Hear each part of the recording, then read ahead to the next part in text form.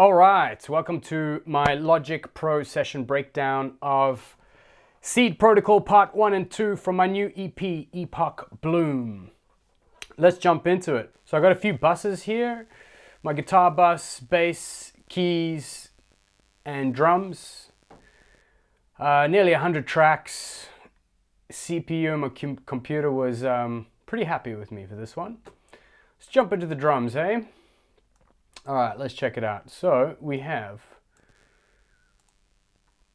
just the basics: kick, snare, hats, rides, some percussion instruments.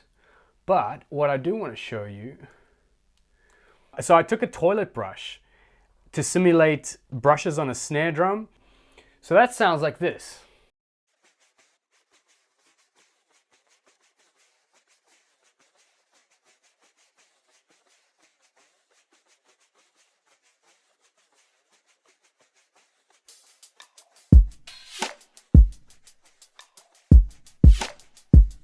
Really fills the groove out quite nicely on that one.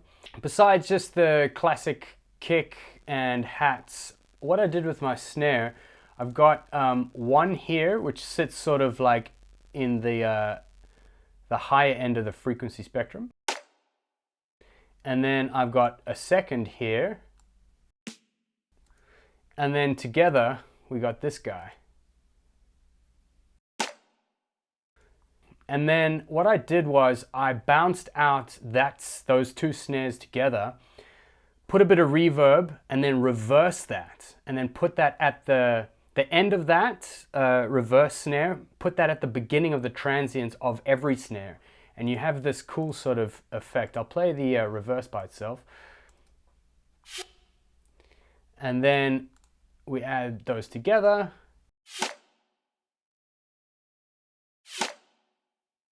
You've got this sort of like, you know, sweeping into the slap of the snare. So that sounds like this.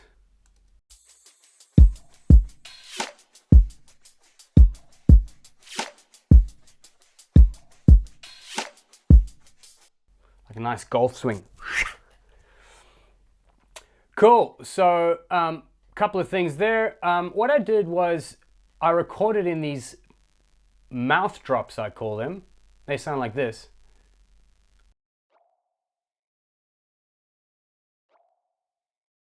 And then I recorded in a acrostic.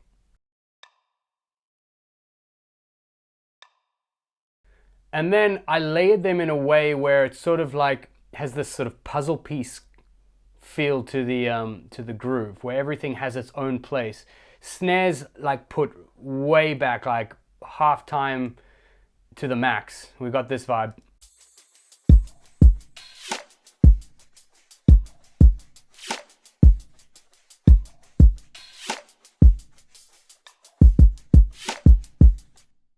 So really cool sort of rhythmic placement of all the different elements there. We got some chimes.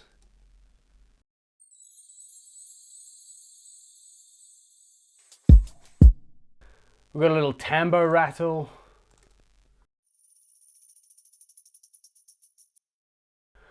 And I used these as like a, basically like the blooming of a flower at the end of a section, you know, sort of really like opens up the section and then, you know, gives it impetus to move forward into the next part. So at the end of this chorus, we've got this vibe.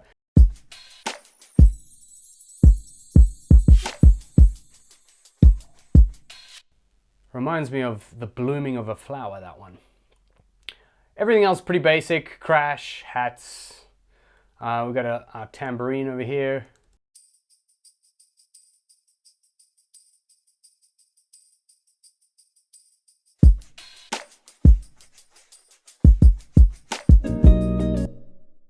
So that's the vibe with the drums.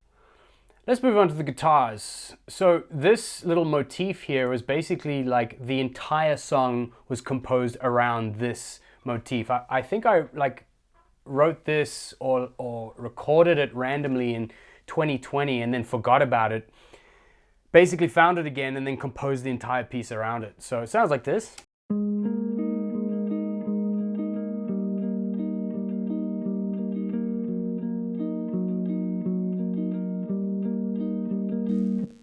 And then it repeats again with a little variation in the verse here.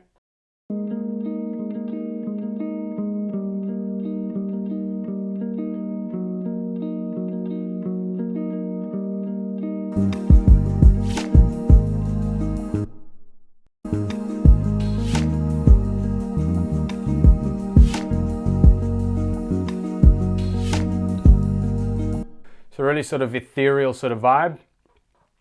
And then I believe I did this like in one take. It was like the first thing that I'd played over it. And generally I like to keep the first takes of what I do. I find like they're the most organic things that come out. They're not always the best, but in this instance, it just vibed. So I kept this take and then refined it later on in the song. But this little melody sounds like this.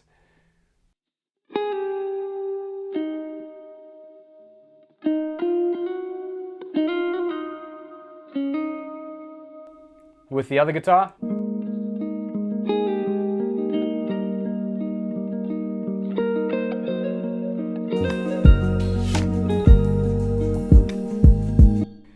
Total vibe. And then we come in the chorus with this like Wes Montgomery style octave melody.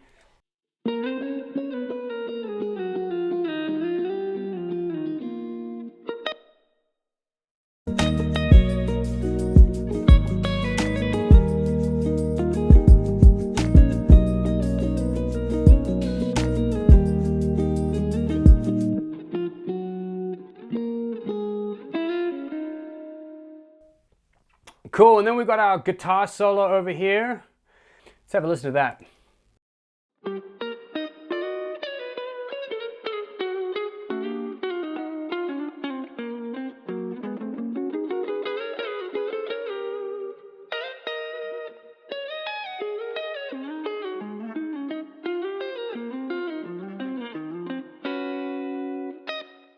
And went all chordal on your ass.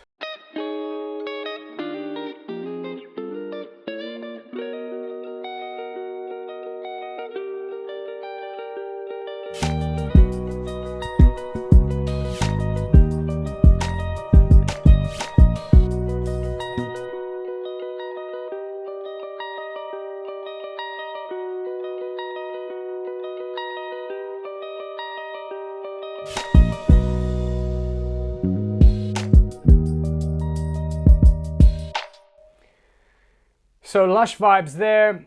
Bass, pretty simple. I didn't do much at all. I didn't even compress this bad boy. It sounded great out the gates. If it ain't broke, don't fix it. Fender Jazz bass for this one.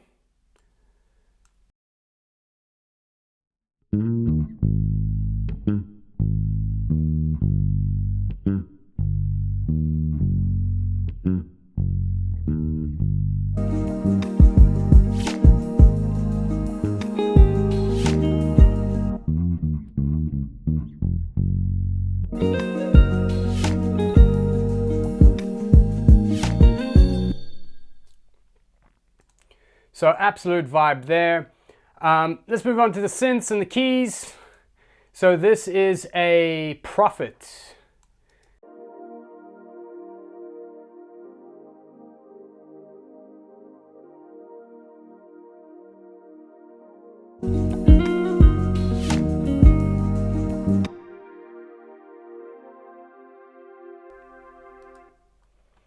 And then we mix that in with this pad, the Spitfire pad over here.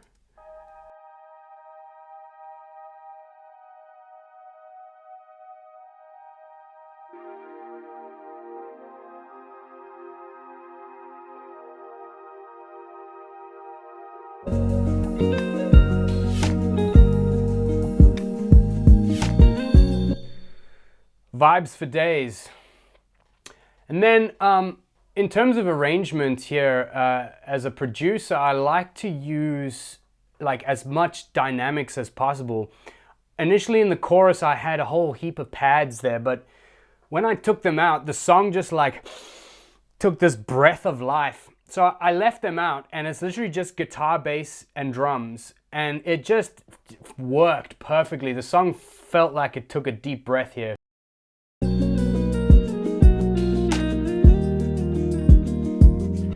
no pads, nothing, and it works, you know. As you can see, the bass is played like way down as well. So yeah, good times there. What else do we have in the keys? Oh, how could I forget? We got the piano solo here. This is played by my good friend from Joburg, my African brother, Mr. Dan Curry. Shout out to Dan. I believe he did this was the first or the second take that I used. But there's this little middle section here that I did cut in a section. Just, I felt like it told the story a little better with the extra overdub there. So this sounds like this.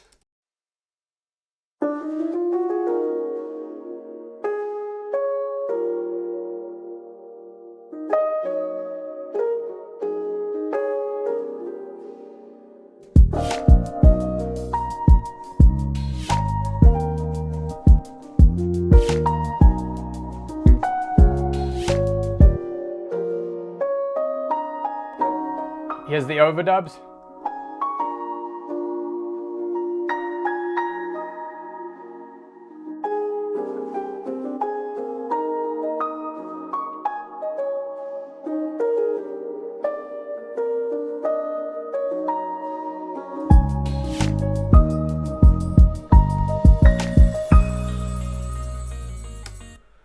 Some more lush goodness. All right, so that's basically the end of part one. Then we start part two with this little guy over here, little chord picking Bradley.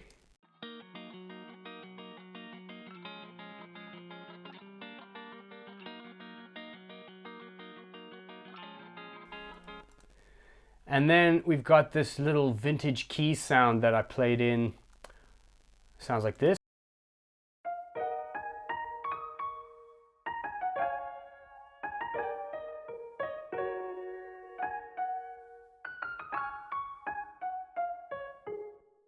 And then that sort of slams into this big, huge section with a nice sort of catchy melody.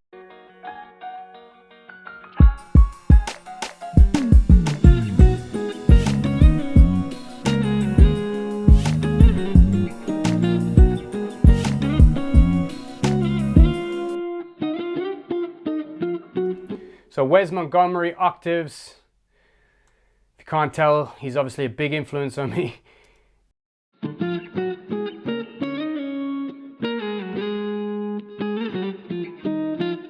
Got the guitar underneath that.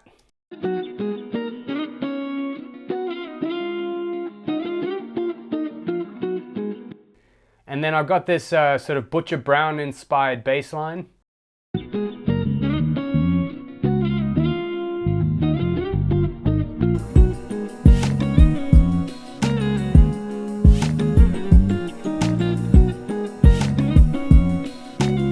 Then I've tried to emulate the sound of what I think heaven would sound like, and I've found this gorgeous pad from Spitfire. Sounds like this.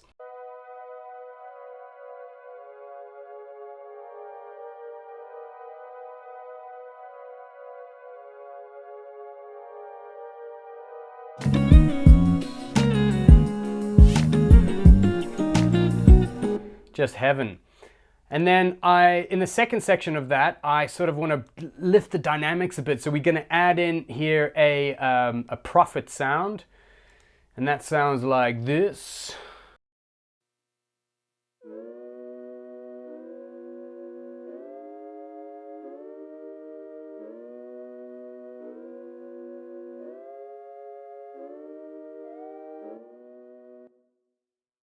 So absolute vibe. And then I got Dan Curry to drop me in with a little more keys in this little breathing break here.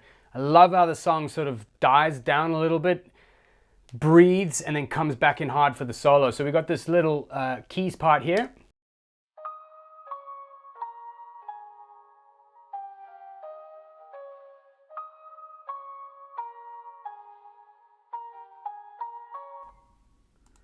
And I've added this awesome effect. Oh, that's not it.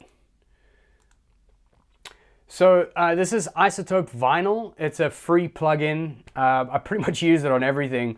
You can essentially simulate the sound of a record player from all of these decades, 1930s, 50s, 60s, 70s, 80s, all the way to 2000.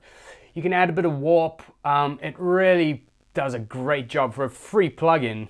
I mean, it's pretty authentic sounding, and it's kind of got this effect where it takes out a lot of the lows, which sounds great for the stuff that I write and produce. So highly recommend that plugin if you want to check that out. And that slams into this solo here. That sounds like this.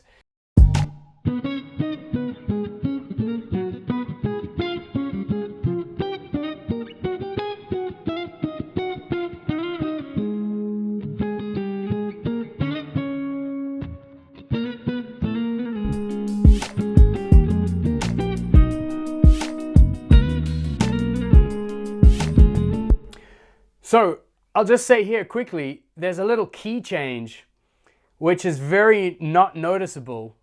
It's not an in-your-face key change like, oh my God, we just went there, which I'm pretty stoked about. It's super subtle. We go up a tone mid-solo.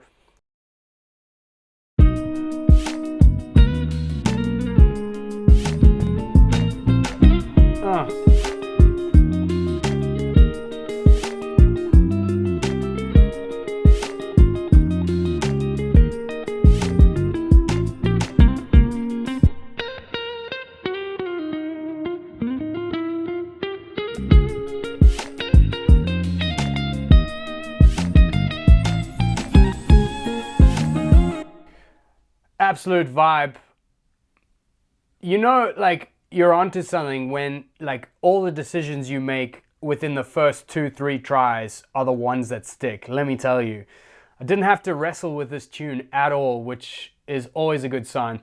And then basically we finish off with the chorus upper tone, same sort of octaves, same sort of bass line, but we add in the vintage keys here to sort of pull this song home. And we got the glockenspiel here. Actually, I haven't even told you about the glockenspiel. Let's have a listen to the glockenspiel.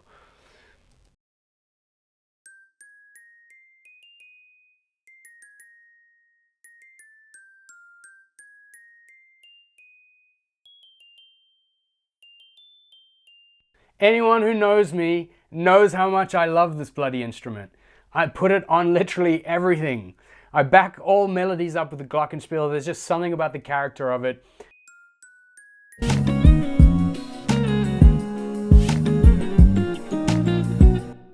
Absolute vibe. So for this key change here for the final chorus, we got the vintage keys stacked.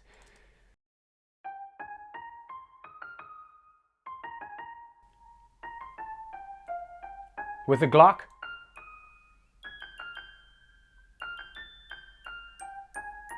Melody on guitar. Add the rhythm.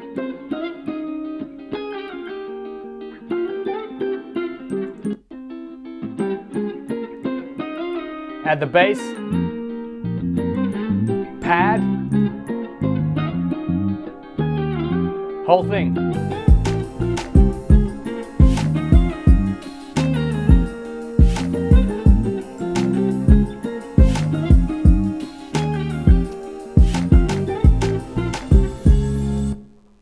So that's pretty much the vibe. Super fun tune to produce, super fun tune to write. So one more thing, on my buses, I love to use these guys. This FG401 is a game changer. It's such a smooth compressor. It glues everything together so nicely. Circuit 2 seems to add a little bit of sonic information, like not heaps, but just enough to kind of give it a bit of character. Yeah, I pretty much put that on everything, even my bank account. It's amazing. All right, couple of tricks. First one I want to show you is with the drums. Especially if you're doing like, you know, a mixture of recorded drums and sampled drums, electronic drums. There's a cool little trick I want to share with you guys. So you send the entire drum bus to 3 of these different buses here, right?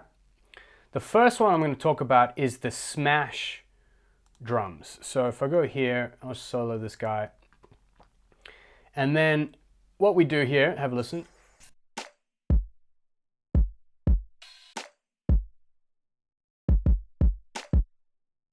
All right, so what I've done here is I've taken the drums and I've sent them to 3 separate buses.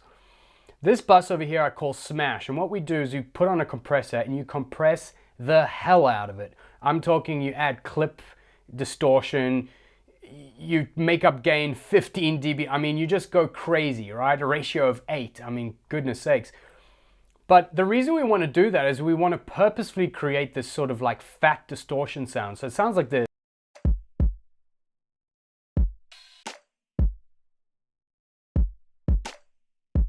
You hear that kick drums like really clipping hard. And then you blend that in slightly to taste. And what that does basically is it just thickens out like your kick and your snare sound. You know, it really gives it a bit of beef. And then the second bus I want to talk about here is this punch bus. And what I've done here is put an enveloper on it, and you just put the attack gain as high as it can go. And what that sounds like is this. It's not meant to sound good by itself.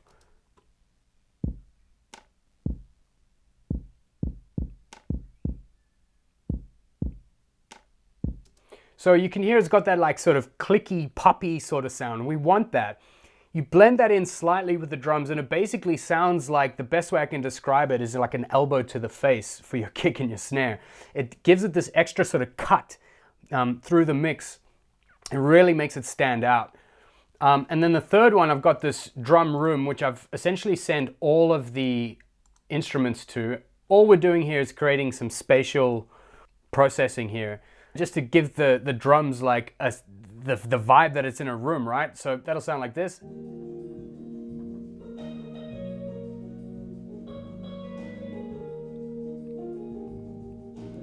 So I just used the stock Space Designer for that one, Villa Lobby, 2-second reverb there. And so what I'll do is I'll mute these and let's see what it sounds like without it, and I'll bring them in and you can actually hear the difference it makes. Awesome little production trick here. So we got this vibe.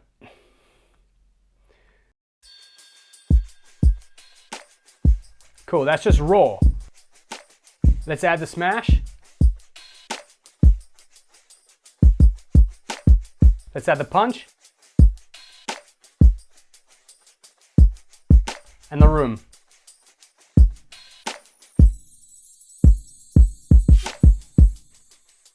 Huge difference. Highly recommend. Shout out to mastering.com for that secret. And then the final trick I want to show you, essentially a lot of my instruments clash in the frequency range, like especially the pads, right? If you've recorded multiple instruments, especially pads, you'll know like synths, pads, keys, all sit in the same frequency range as the guitar, right?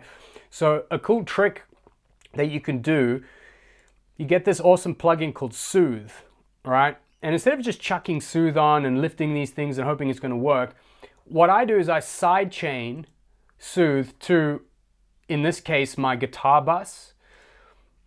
And then let's hear what that sounds like, right? So I've got my verses here.